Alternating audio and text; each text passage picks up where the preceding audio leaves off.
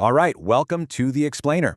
Today we're talking about a team that's basically synonymous with winning, the Los Angeles Lakers. We're going to break down how they built one of the most successful, most iconic dynasties, really in all of sports history. So let's just start with one number, because it really says it all. 17. 17 NBA championships. I mean, that's just a staggering achievement. It ties them for the most titles in league history and, well, it absolutely cements their place at the very top of the basketball world. So that success, it just raises this massive question, right? The one we're really going to dig into. How does a team not just win, but build a dynasty that lasts for generations? A team that's constantly reinventing itself to stay on top. It's pretty amazing when you think about it. Okay, to answer that, we've got to go way back, all the way to the beginning. And you might be surprised to hear this, but the story, it doesn't start in sunny California. Nope, it starts in the snowy Midwest. And here's the crazy part. They found success almost immediately, like right out of the gate. After moving from Detroit, they got renamed the Lakers, Minnesota, land of 10,000 lakes, makes sense. And they just went on this incredible tear. They won a championship their first year, then won another after switching leagues. And then, when the NBA was officially formed, they just dominated, winning 4 titles in 5 years. Talk about setting the tone for a legacy of winning. So how did they do it? Well, this early dominance was really built around one man, George Mikan. The NBA itself calls him the league's first superstar. I mean, this guy was the cornerstone. He literally created the franchise's winning DNA and led them to those first 5 championships. But, things change. By 1960, Mikan was retired, the team was struggling a bit, and they really needed a change of scenery. And boy, did they find it. They packed up and moved to Los Angeles, becoming the first ever West Coast team in the NBA. This set the stage for a whole new era. And once they hit LA, a new pair of legends emerged almost right away. You had the unbelievably athletic, high-flying Elgin Baylor, and then you had the one and only Jerry West. I mean, this guy was so clutch, so iconic, that his silhouette is literally the NBA logo to this very day. That's legendary status. So their arrival in LA, it kicked off what is maybe the greatest rivalry in all of sports, against the Boston Celtics.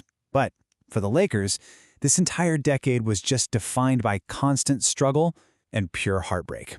Get this, they made it to the NBA Finals 6 times, which is incredible, but they lost to the Celtics every single time. 6 times. Just let that sink in. This number, it just represents an era of unbelievable talent, but also just immense frustration. Can you even imagine making it to the championship 6 times in 10 years, only to have your biggest rival slam the door in your face each and every time? It was this sustained excellence that just could not clear that final hurdle. They got so desperate, they even brought in the most dominant force in the game, the unstoppable Wilt Chamberlain in '68. So now you have Wilt, West, and Baylor, a super team trying to break this curse.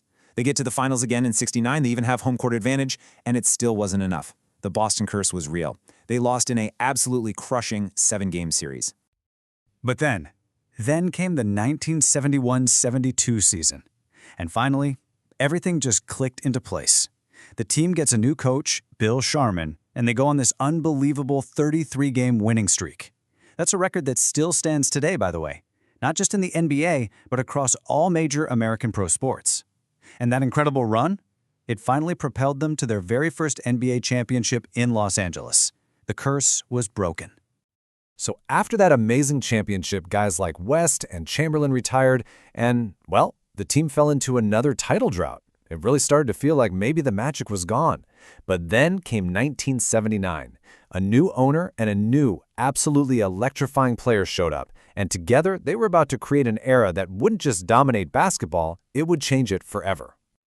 I mean, all the pieces just fell into place perfectly. You had the owner, Dr. Jerry Buss, a total visionary who looked at his team and saw more than basketball. He saw Hollywood entertainment.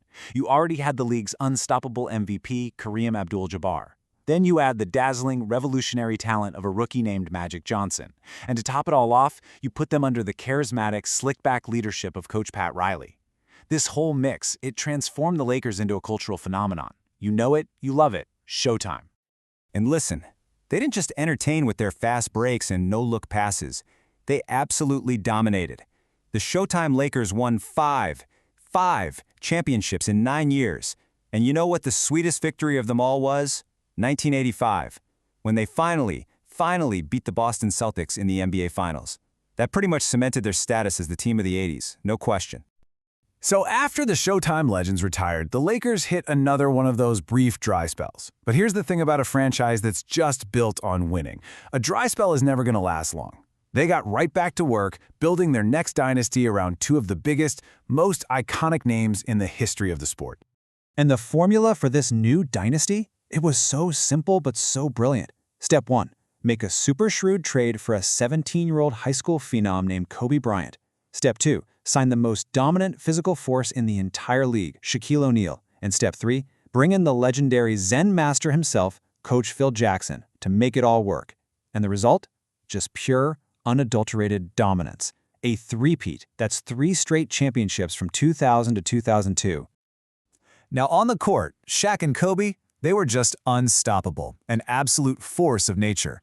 But their partnership, it was a pretty volatile mix. You had all that success, but you also had that infamous off-court feud. Their clashing alpha dog personalities were all over the news, and that friction, well, it was a huge factor in what eventually broke up this incredible dynasty. So in the years after Shaq left, Kobe Bryant was on an absolute mission. He had to prove he could win on his own, and his legendary, almost mythical work ethic led to a truly historic moment in 2006. He went out and scored an unbelievable 81 points in one game. That's the second highest total in the history of the NBA. It wasn't just a game, it was a statement to the entire world. All right, so the final chapter of Kobe's career, it was all about getting the Lakers back to the top of the mountain. And after he did that, well, the franchise once again had to find a new path forward, proving just how resilient they are. And man, what a final chapter it was. Kobe silenced every single doubter by winning back-to-back titles in 2009 and 2010. And that last one? A nail-biting, thrilling Game 7 win over, who else? The Celtics. Perfect. Then, after his legendary retirement in 2016, the Lakers proved their star power all over again. That unique LA allure, the mystique of Hollywood, the expectation of winning. It was all enough to attract the biggest star on the planet, LeBron James. And sure enough, in 2020, he led them to their 17th championship. It just proved once again that this franchise has this incredible, enduring ability to attract superstars and get right back to the top. You know, when you look up at the rafters in their arena, you're literally looking at a visual history of greatness. Each one of those championship banners tells a story. Each one represents a different era, a different cast of legends, from Meek to West, from Magic to Shaq, from Kobe to LeBron. But they all represent the exact same thing, this unwavering, unbelievable standard of excellence. So when you boil it all down, the story of the Lakers is really about this continuous cycle of greatness. And that leaves us with one final fascinating question to think about. After all these decades, after all these iconic players, who's next? Who is going to be the next legend to put on that purple and gold and carry this incredible legacy forward?